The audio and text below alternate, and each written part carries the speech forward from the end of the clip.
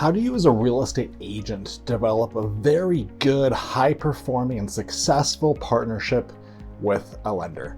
My name is Mike Novak, part of the Novak Real Estate Team at Real Brokerage, and this could be maybe one of the most important relationships that you build as a successful real estate agent. Almost every one of your clients is going to need financing. We typically see about 95% of people in our market need to get a mortgage in some way, shape, or form. And so understanding who could be a good fit for your clients and then intentionally building a partnership with those people can pay dividends for you as an agent. But one of the big mistakes I see agents make is they look at this relationship as a very one-dimensional, one-way street. They basically just go to lenders and they say, hey, you know what? I've heard that lenders will pay for some marketing or they'll pay to share lead spend with me as an agent. And so give me half the lead spend that I'm putting out to Zillow or Realtor.com or whatever other lead source you're spending money on. And I'll give you a shot at earning the business of my clients on the mortgage side of things. This doesn't work for a lot of reasons. So it doesn't work because first and foremost, you haven't set clear expectations with each other, right? Like you have no idea what to expect from this person. They have no idea what to expect from you.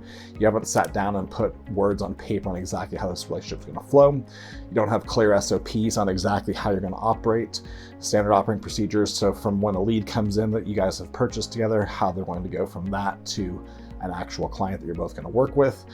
And most important, you don't have clear trust that's been built, right? You haven't forged a relationship that's been tested and that you know has some trust behind it, because trust is the cornerstone of any successful relationship, whether if it's a personal or business relationship. You have to have that trust. So let me share with you a better approach. And for context, I will tell you that we've had the same lending partner for 5 years now.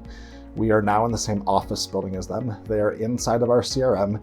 And yes, they do pay for half of our lead spend on all of our lead sources, and they also help and participate on our client events. But there's so much more to this relationship that makes it successful and that we continue to work on to improve how successful it is as well. We're never just satisfied with the status quo. We're always trying to enhance that relationship between agent and lender. So let me share with you kind of the approach that you can take to build a better relationship and one that's going to last for the long term and really well take care of your clients as well. First of all, find a lending team that has the ability to execute. You have to prioritize execution over the lender giving you money. Too many agents, they just go to lenders, like I said, they ask for the co-marketing and they haven't tested the lender's ability to execute.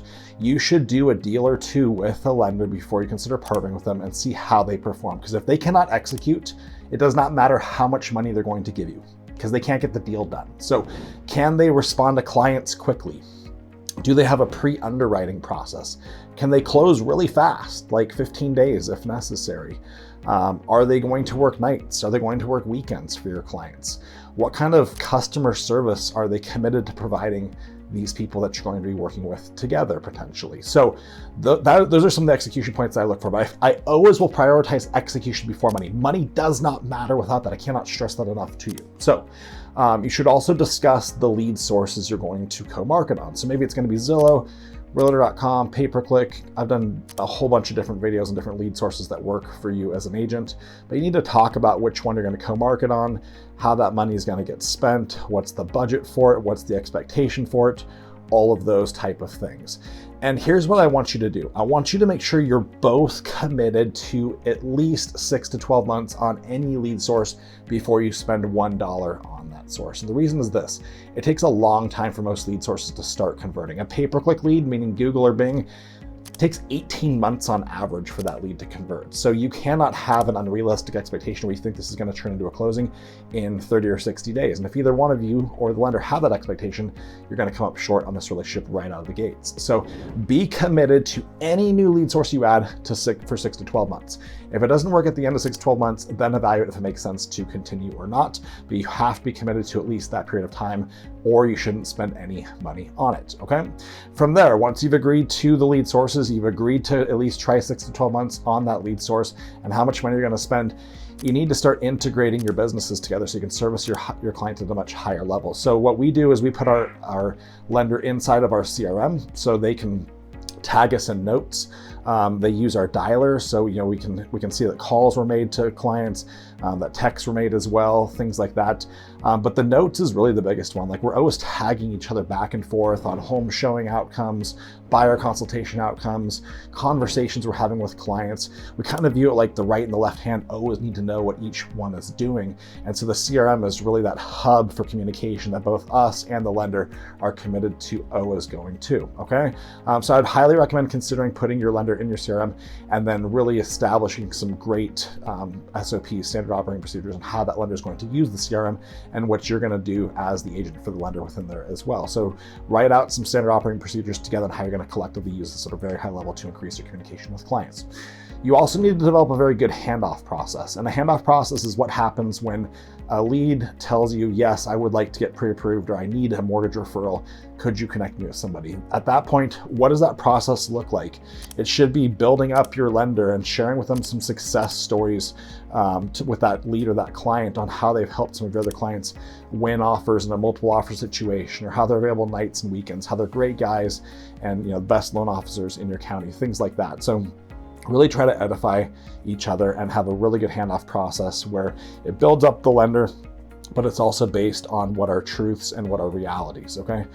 So for us, that handoff process looks like an email that gets sent from the agent to the lead and also to the lender. So it's all in one email, basically. It's just done in our CRM. If we apply this tag, this email goes out automatically, and then the lender's action plan kicks off right away, which results in texts going out to the person and also a call task for the lender to get on the phone and connect this person right away. The last thing that I think will make this relationship very successful, and that's very important, is not only to track your data. Like, you need to be looking at your cost per closing and how many deals are they getting out of all of your deals, things like that. So track your data, but make sure you've got regular meeting intervals. So we meet with our lender monthly, and then they're actually at our leadership quarterly offsite. So there's two of them that go to our quarterly offsites. They have a leadership presence there. They participate in very active conversations about what's going good, what's not going so good in the business, and they always participate at a very high level. So I'd recommend plugging them directly into your leadership team after they've proven that that's a place that they belong. So I think that really takes the relationship to a whole new level. So try these things out. If you've got questions about how to implement them, definitely let me know. But this is all about setting very good expectations, very clear expectations of one another, and then trusting each other to execute.